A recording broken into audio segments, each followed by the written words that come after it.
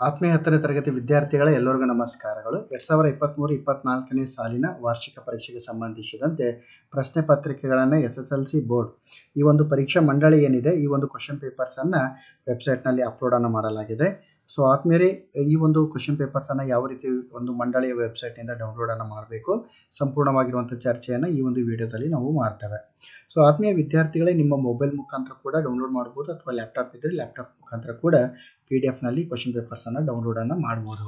So ಇಲ್ಲಿ ಏನಾಗುತ್ತೆ ಅಂದರೆ, ಗೂಗಲ್ ಸರ್ಚ್ ಇಂಜನ್ನಲ್ಲಿ ನೀವು ಹೋಗಿ SSLC ಕರ್ನಾಟಕ ಅಂತ ಟೈಪ್ ಮಾಡಿ.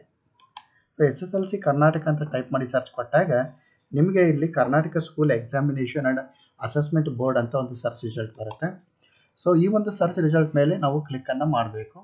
ಸೊ ಆ ರೀತಿ ಕ್ಲಿಕ್ ಮಾಡಿದಾಗ ತಾವಿಲ್ಲಿ ಗಮನಿಸ್ತಾ ಇದ್ದೀರಿ, ಇದು Karnataka school examination and assessment ಬೋರ್ಡಿನ ಒಂದು ಹೋಮ್ ಪೇಜ್ ಇದೆ.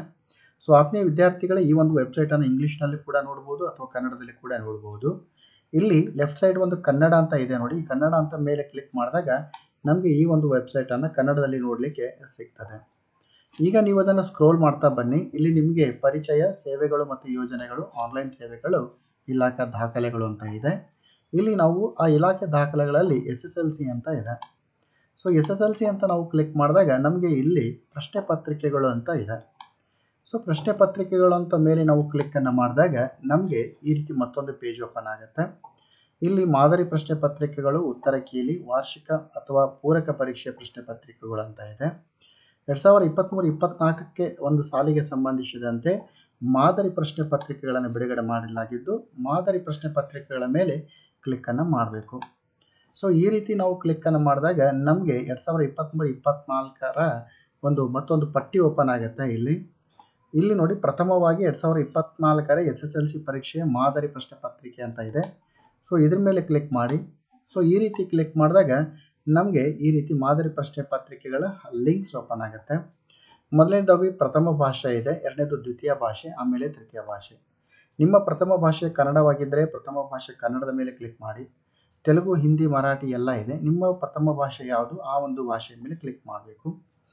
ಇನ್ನು ಕೋರ್ ವಿಷಯಕ್ಕೆ ಸಂಬಂಧಿಸಿದಂತೆ ಇಲ್ಲಿ ಗಣಿತ ಇದೆ. ಗಣಿತ ಅಂದಾಗ ಕನ್ನಡ ಮಾಧ್ಯಮ, ಆಂಗ್ಲ ಮಾಧ್ಯಮ, ಇಂಗ್ಲೀಷ್ ಮೀಡಿಯಮು, ವಿಜ್ಞಾನದಲ್ಲಿ Kannada medium, English medium, social ಸೈನ್ಸ್ನಲ್ಲಿ ಕನ್ನಡ ಮೀಡಿಯಮು, ಇಂಗ್ಲೀಷ್ ಮೀಡಿಯಮ್ ಅಂತ ಇದೆ. ನಿಮಗೆ ಯಾವ ಮೀಡಿಯಮ್ ಕ್ವಶನ್ ಪೇಪರ್ ಬೇಕು ಅದ್ರ ಮೇಲೆ ನೀವು ಜಸ್ಟ್ ಕ್ಲಿಕ್ ಮಾಡಬೇಕು. ಆ ರೀತಿ ಕ್ಲಿಕ್ ಮಾಡಿದಾಗ ತಾವಿಲ್ಲಿ ಗಮನಿಸ್ತಾ ಇದ್ದೀರಿ, ಇಲ್ಲಿ ಆ ಒಂದು ಕ್ವಶನ್ ಪೇಪರ್ಸು ಇಲ್ಲಿ ಬಂದಿದೆ. ಈ ಒಂದು ಕ್ವಶನ್ ಪೇಪರ್ಸನ್ನು ನೀವು ಸ್ಟಡಿ ಮಾಡ್ಬೋದು. ಇಲ್ಲ ಸರ್, ನಾನು ಡೌನ್ಲೋಡ್ ಮಾಡಬೇಕಾಗಿದೆ ಅಂದರೆ ಇಲ್ಲಿ ರೈಟ್ ಸೈಡ್ ಒಂದು ಆ್ಯರೋ ಮಾರ್ಕ್ ಇದೆ. ಆ ಆ್ಯರೋ ಮಾರ್ಕ್ ಮೇಲೆ ನೀವು ಕ್ಲಿಕ್ಕನ್ನು ಮಾಡಬೇಕು. ಆಗ ಡೌನ್ಲೋಡ್ ಕೇಳುತ್ತೆ, ಸೇವ್ ಅಂತ ಅನ್ಬೇಕು, ನೀವು ಸೇವ್ ಆಗುತ್ತೆ.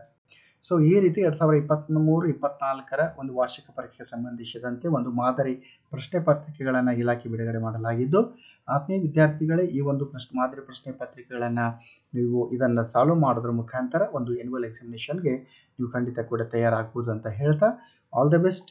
ಜೈ ಹಿಂದ್, ವಂದೇ ಮಾತರಂ.